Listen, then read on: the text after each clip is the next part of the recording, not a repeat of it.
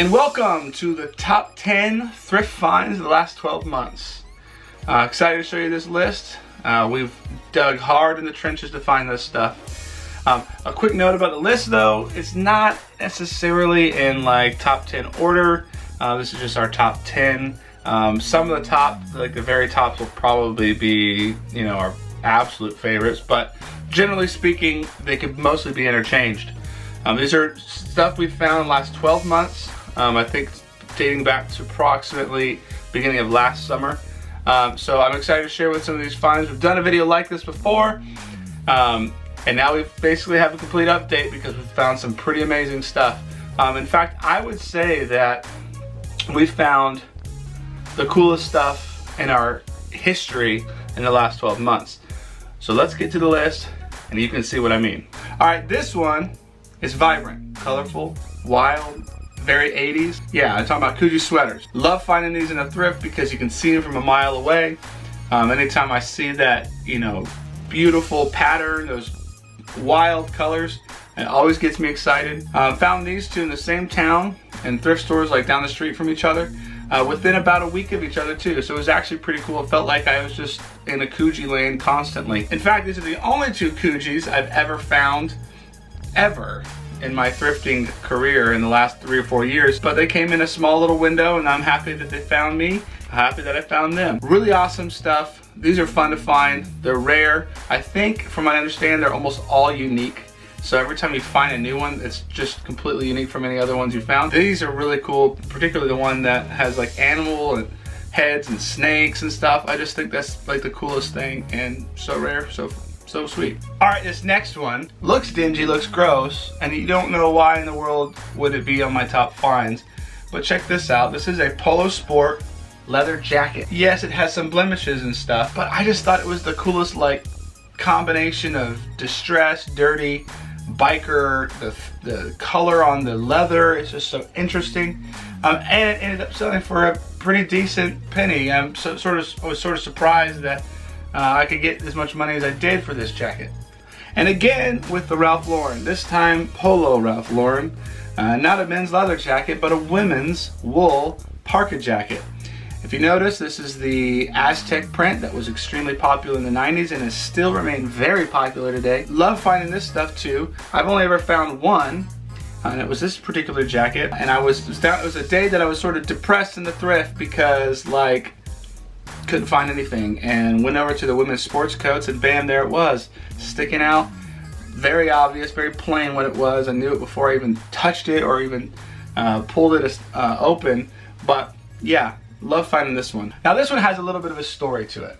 And I mostly love this one because of the story. It's not something you typically associate with vintage clothing or anything like that. And that's because it's knives. So the story goes, my wife was throwing away diapers in this old dumpster behind our warehouse. She looks in and sees this like wooden briefcase. And so she just thinks the case is cool, and so she brings it in. And I'm inside shipping or taking photos or something like that, and she's like, hey, check this briefcase out. So I open it up, and there's clearly something in there, but there's nothing inside the interior of the briefcase. And what I realized is that the briefcase actually has false sides.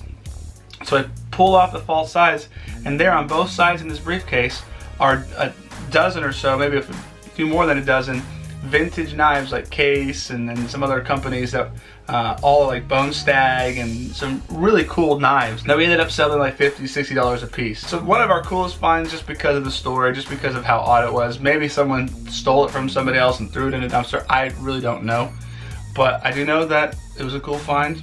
I enjoyed finding it. Now this one is cool because of history. There's a particular thrift store that I love going to that I think actually supplied about half of this list. And I always find really old stuff there. I'm almost always find. And I think it's because of the demographic of the city and the town that it's in. It has a lot of old people. So this particular item is a Wrangler jumpsuit or a mechanic suit or something like that. You would wear it. It's a full suit and it zips up. It's from the 50s. Now at the time, Wrangler was only a brand of another company called Bluebell. And Bluebell owned the Wrangler brand and produced this. And you know that it's Bluebell because on the tag, it'll actually have a little bell that says Bluebell on it. Now they discontinued that after they sold it a number of years later. That can always help you age old Wrangler stuff, is if there's a blue bell on the tag. All right, here's one that saved my day again in a thrift store. Love finding this Grateful Dead tee. It's the first Grateful Dead tee that wasn't like a Walmart Grateful Dead tee that I've ever found. And I found it in a small little town for like $1 or maybe 25 cents, something like that. It was the only thing I found in that thrift store. But man, I appreciate it. Love the tie-dyes, the bears. This stuff is real popular, and a band that's been around for so long and has such a legacy, has a serious following. Love finding this piece. Here's one with a little bit of a story. I was thrifting in another town over, and I hit up this flea market. And I'm walking down the flea market aisle with all the different booths on the sides. And I look down one, and it's really dark and kind of dingy. But I see like a rack of t-shirts down in the bottom corner. And of course, when I see racks of anything or any clothes, I get excited. That's where I love to find my favorite stuff. And so I go over there, and I see this first tee on the rack. And I thought, this has got to be like a reprint. Maybe this is a bunch of reprints. You know, you just see those Walmart ones all the time. And so I start thumbing through it. And I start realizing the fades on this is just totally not a Walmart type t-shirt. And I look at the tags, and there's a single stitch, and I realize this is a whole rack of about 8 or 9 band t-shirts from the late 70s and early 80s.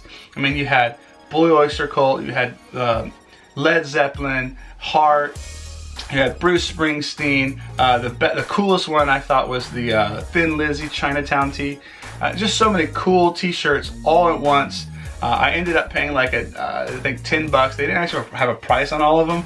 So I asked the store owner, I was like, hey, if I give you a price for all this, and he's like, sure. So I gave him $100 and got all 9 tees.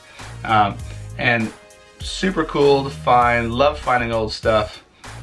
Again, super cool find, love finding all this old stuff, particularly old band and music related items, because that is one of my biggest hobbies and one of my greatest passions in life. Now this one is high on the list because of a couple things. One is the price in which I paid, and another is the price in which I sold them. What's really hot right now, super popular and hard to find, are Marvel tees. And I got I got 3 Marvel tees and 1 DC tee.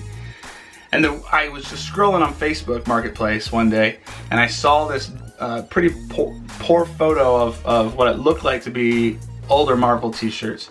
I didn't know much about Marvel t-shirts outside of that people loved them and that there was some sort of following. I didn't know what really to expect on the market side of things.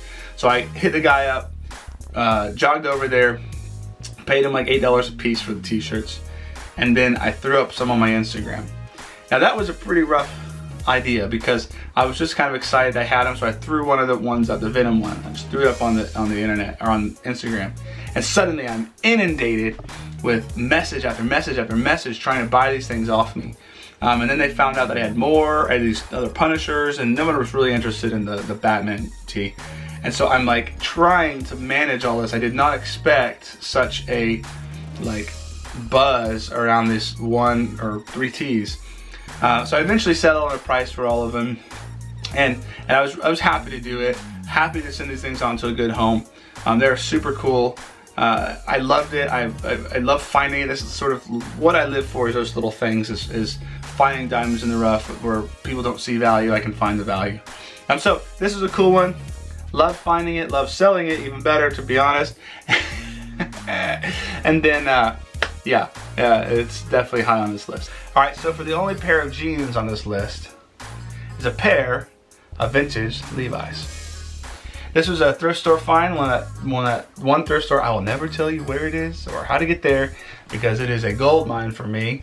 But this pair came from there, and I don't know where.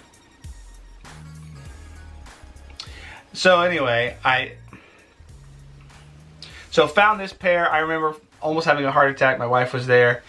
She was like, didn't really quite catch on to what I was trying to say because I was probably hyperventilating a little bit. But it turns out this was a 1966 to 68, somewhere around that range, pair of men's 502s. Not the 501s with the buttons, but when they had, this one had a zipper. And at the time, they called that the 502. I think eventually it became the 505 later on. But this one had a zipper.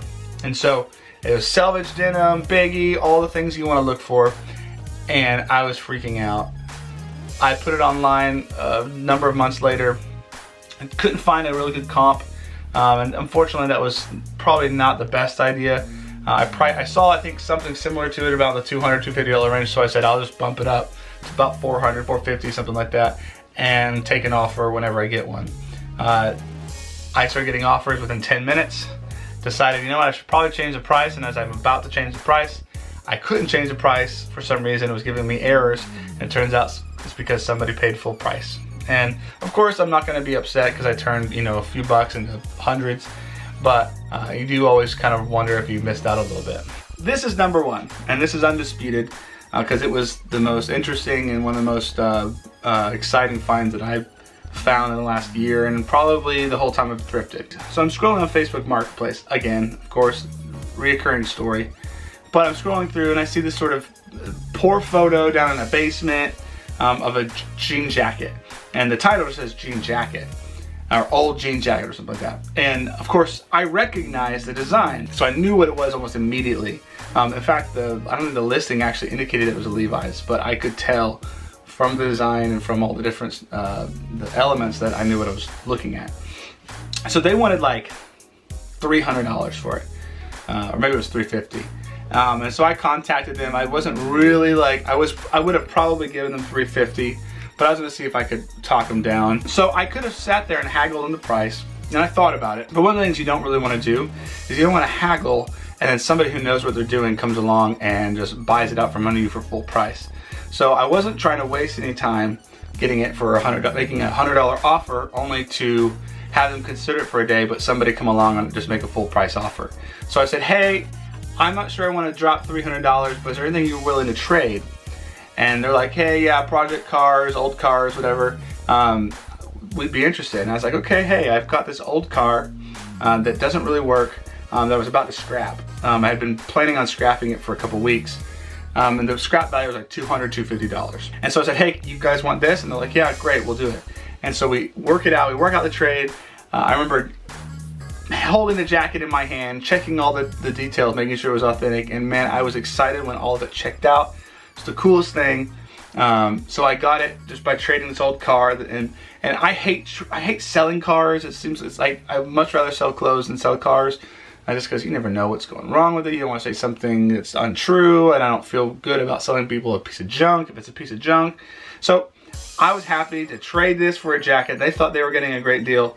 I think I got the better end of the deal because I ended up selling it for like $1,200, and I couldn't have gotten that from that car. So pretty cool story, even cooler jacket. Unfortunately, it didn't fit me, so keeping it wasn't going to make a whole lot of sense. But I'm glad I could find it in a new home, and I'm glad I could pay my bills. So yeah, pretty cool. And that's it, all 10. I hope you enjoyed it. Hope you learned something even. So smash the like button, and subscribe, and leave a comment. Tell us what your favorite thrift find was that you ever found, and maybe the story behind it. We'd love to hear it. One of the things we live for. It's so much fun. Appreciate you guys. We're gonna keep it coming. We'll talk to you guys soon. See you next time.